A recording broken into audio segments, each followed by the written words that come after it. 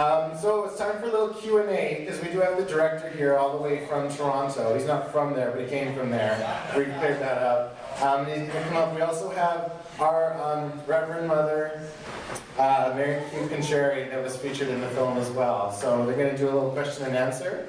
If you have a question, put your hand up. I'll run out to you with the mic, and we'll do that. I also have some swag bags from my channel that I'm giving out to people that ask questions, so that's how I'm going to ply you.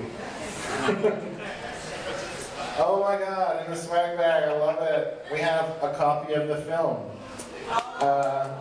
We have, now I'm not sure if this is from the pet channel that our channel is affiliated with, or if it's pre-op. It's for picking up dog shit. So if you have a friend that likes to play puppy, you can pick up after him. Or if you have a neighbor that doesn't pick after his dog, you can do that too. We also have beautiful lanyards. They also double as whips. Harder. We also have these lovely things you can clean your mouse and your monitor with. So for all that surfing late at night, you know, surfing those sites and whatnot. What else do we have? We have a pen. Oh my god.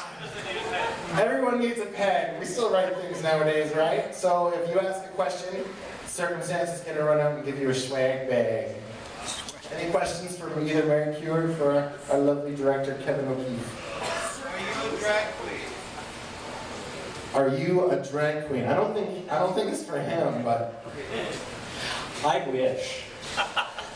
I identify as a drag nut. I have huge respect for drag queens. I think they've brought our community to where we're at. If it wasn't for the drag queens in New York and other cities around North America and around the world standing up for themselves and standing up for us, we probably wouldn't be here. So I have huge respect for drag queens, and I only wish I could live up to it.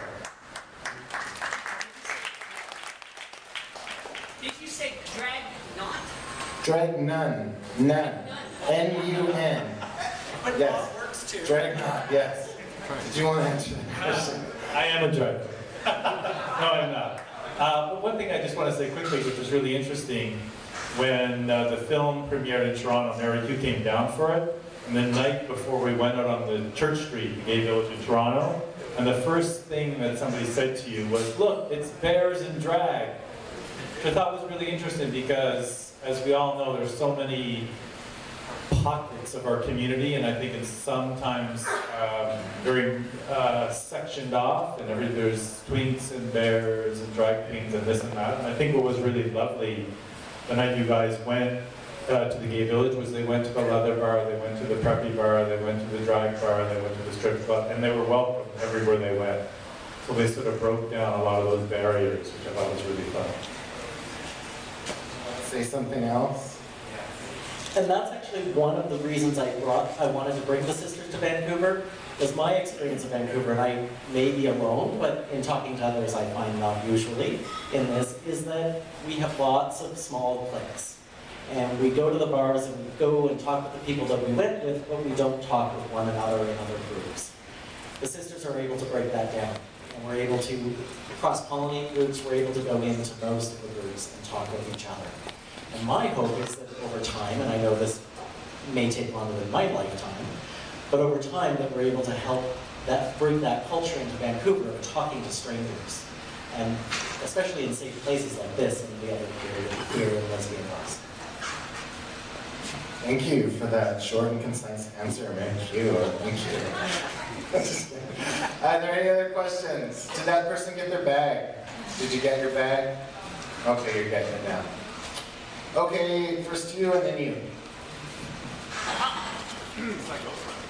Yes. What kind of ordination and training in your theological inner upgrading do you give? And I graduated Regent College with a Master's of Theology in Christian Education. And so I highly respect the quality of caliber of inner substance that has truth and life. Awesome. This is a question, right? Yes, yes. What kind of substance do you give to your theological education? Okay. Thank you. Bag for this lady. Thank you. We don't follow any one theology or religious tradition or spiritual tradition. What we do is encourage each of our members to delve as deeply into their own spirituality, their own religious tradition as possible. And we have a year-long membership process. So we start out with aspirants, and this is a great plug for membership because we are recruiting. So we start out as aspirants, and people spend 2 months, and an aspirant is just kind of getting to know us, and us getting to know them. Then people spend 4 months as a postulant, and postulant, you have some commitment to the house here in Vancouver, or the mission, not quite the house. You've got some commitment here to the house, and you start to come out with us, and come out dressed in festive drag, whatever that means. And when I use drag, I think it's all drag. So when I go to work, I'm in corporate drag. When I'm like this, I'm in nun drag. And other times I'm in boy drag. So it's all drag. After postulant, you become a novice. And all of us in the mission right now are novices because we're not yet a fully recognized house of the Sisters of Perpetual Indulgence. Hopefully, fingers crossed, and pray to whatever divine being we pray to. In April, we will be a fully professed house, and at that point, we'll have fully professed members. And the way you'll be able to tell the difference is, right now, we're all wearing white veils. That means we're learning. We're on a learning path. And I believe all nuns are always on a learning path. But at some point, we get to put on color. And that's when you'll see the difference between some fully professed members and some others. So we have a year-long process for people to get to know us to get to know them, and for them to grow into their own personal ministry. Did you want to say anything about that? No. Okay, great. Pass. Okay. Gotta find that gentleman back there. I feel like fucking Oprah. It's awesome. Throwing your finger. Okay. I actually changed my question. It was in regards to your habit, and I think it's called a whipple. Wimple rhymes with dimple. Okay. How do you come across the design? Did you guys create the design, and do you have to get approval for your design for your habit? That's a great question. Hold on, I'm coming. The habit is the entire outfit. So the whipple is just this part. And we actually are calling it wrong. This is a headpiece, as our cadet paladin circumstance will tell us. But we still call it a wimple. So we came up with our own design, and in the Sisters of Perpetual Indulgence, they love anarchy. So no, we don't have to get them approved. The only rule that they said is it can't be the same as any other house or mission in the world. So these are unique to Vancouver. We came up with them as a group, and we hope, at least I hope, and others may disagree, but I hope they remind us of several things. One is the mountains of the North Shore. They're such an important part of our community. The other is the sails at Canada Place. I also think they look a little bit like a crescent moon, and one of my spiritual traditions is earth-based and embraces the moon, and the crescent moon is an important symbol in that tradition. So that's what they all represent, and on top of it, they're pretty and they give us height, so we have more presence. And then when you add those to shoes, we have even more presence. The other thing is that being the first Canadian mission in 25 years, we wanted them to look a little bit like Canada, so we chose red, which is not very traditional, for nuns at any rate, and then white. And every outfit needs a little bit of black, so that's why our scabbards are black. Thank you very much. I like it because I look like the evil queen from Sleeping Beauty. You listen to that. God, you're pretty. I have a question for the director. Are you a nun? And also... That sounds like two questions. You only get one back. and also, do the different houses have connections with other houses? Like, can you go do work in other cities if you're visiting, or do you have interest in any other cities? I can answer part of that. I'm going to Europe in June, and I'm going to be staying with the Paris Sisters and Berlin Sisters and going to their events and staying with them. Yes! So yes, you can. No, I am not a nun, but I'm a saint. My saint name is Saint Kevin of the One-Eyed Monster, which means the video camera. So in the screening in Toronto, I was sainted. Tell them a bit about saints.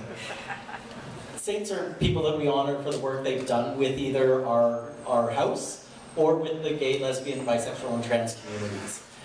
And in this case, both. Kevin's been a long time activist, well not that long, but a long time activist in the gay and lesbian community. Okay, next question. You and then you. Sorry, the light's really bright if I'm missing anybody else. Is the Sisters exclusively men? Good question. Short answer, no. Absolutely not. Yeah, absolutely not. In fact, we have our first female member or aspiring member. And around the world, we have nearly every gender that exists. We have every sexual orientation. We are welcoming and we try and be as inclusive as possible. Woot woot. You, sir, in purple. So I have a question for the director. I know that there is an aspiring group in Edmonton right now and one budding group in Toronto as well that's emerging. So I'm wondering if you have any plans of doing a follow-up film on those two aspirant groups, if you will, as they progress on their journeys. I love sequels! You can turn this shit into Harry Potter. I don't have any plans, but I'm always looking for story ideas, so who knows, maybe we'll do a follow-up in a couple of years. Is that it for bags? That's it. Okay, you can still ask questions, but I can't give you anything unless you pay for a raffle ticket now.